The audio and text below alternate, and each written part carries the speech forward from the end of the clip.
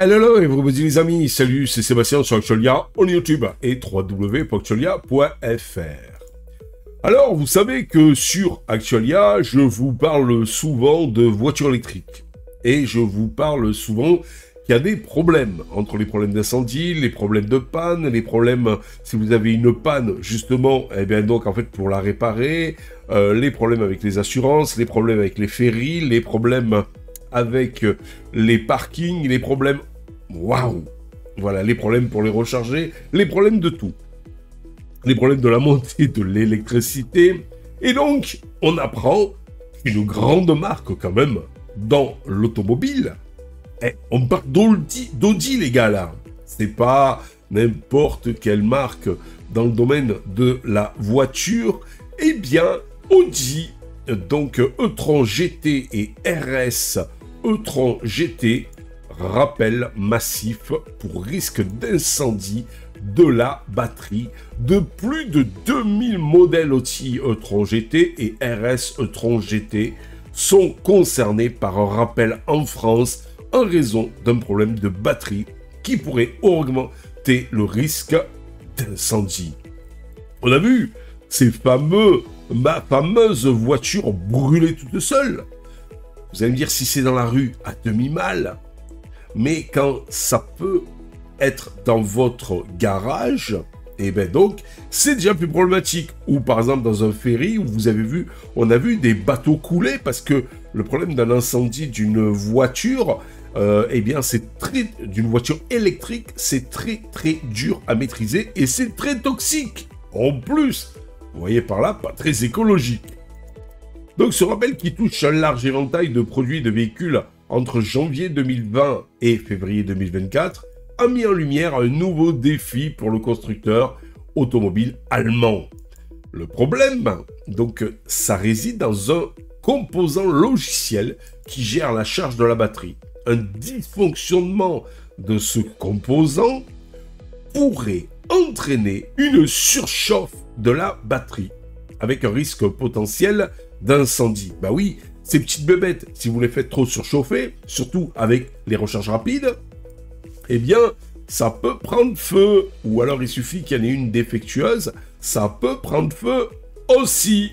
Donc, voilà, c'est comme on dit. C'est aussi. Donc, Audi exhorte donc les propriétaires des véhicules concernés de ne pas les garer à l'intérieur, donc de votre, vous voyez par là, de votre garage, et à éviter de les charger pendant la nuit par mesure de précaution. Waouh! C'est chaud quand même tout ça. La mise à jour du logiciel défectueux, qui prend environ 1 heure, sera effectuée gratuitement, et il ne manquerait plus que ça qu'il faudra les payer. Donc chez les concessionnaires Audi agréés, les propriétaires seront contactés individuellement par la marque pour organiser un rendez-vous. Ce rappel n'est pas sans rappeler d'autres déboires rencontrés par Audi avec ses véhicules électriques. En 2021, l'e-tron SUV avait déjà fait l'objet d'un rappel en raison d'un problème logiciel pouvant désactiver le système de freinage d'urgence.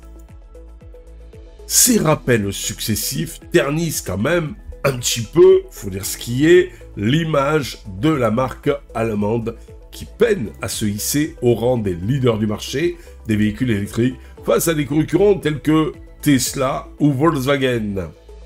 En résumé, voici les points clés à retenir. Plus de 2000 Audi e-tron GT et RS e-tron GT rappelés en France. En France?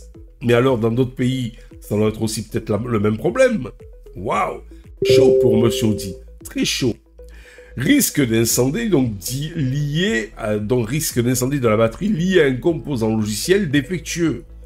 Donc conclusion, ne pas garer les véhicules à l'intérieur, d'un garage par exemple, ou du jardin, et éviter la charge nocturne. Donc faites-vous voler votre voiture, c'est pas grave, sinon elle risque, donc en fait que si vous voulez pas vous la faire voler, elle risque de cramer. C'est chaud quand même Audi. Et c'est chaud les véhicules électriques. Mise à jour logicielle gratuite chez les concessionnaires Audi, et il manquerait plus que ça qu'en plus ça soit payant. Un nouveau défi pour Audi sur le marché des véhicules électriques. Pour plus d'informations, les propriétaires concernés peuvent contacter leur concessionnaire Audi ou consulter le site web de la marque. Voilà. Allez, c'est tout pour aujourd'hui. Je vous dis ciao pour une prochaine vidéo. N'oubliez pas le petit pouce en l'air et n'oubliez pas de vous abonner. Pourquoi nous encourager dans cette belle aventure multimédia. Je vous dis ciao les amis. Bye bye. Si vous avez aimé cette vidéo, abonnez-vous, mettez un pouce en l'air et partagez cette vidéo. Merci, cela fait toujours plaisir.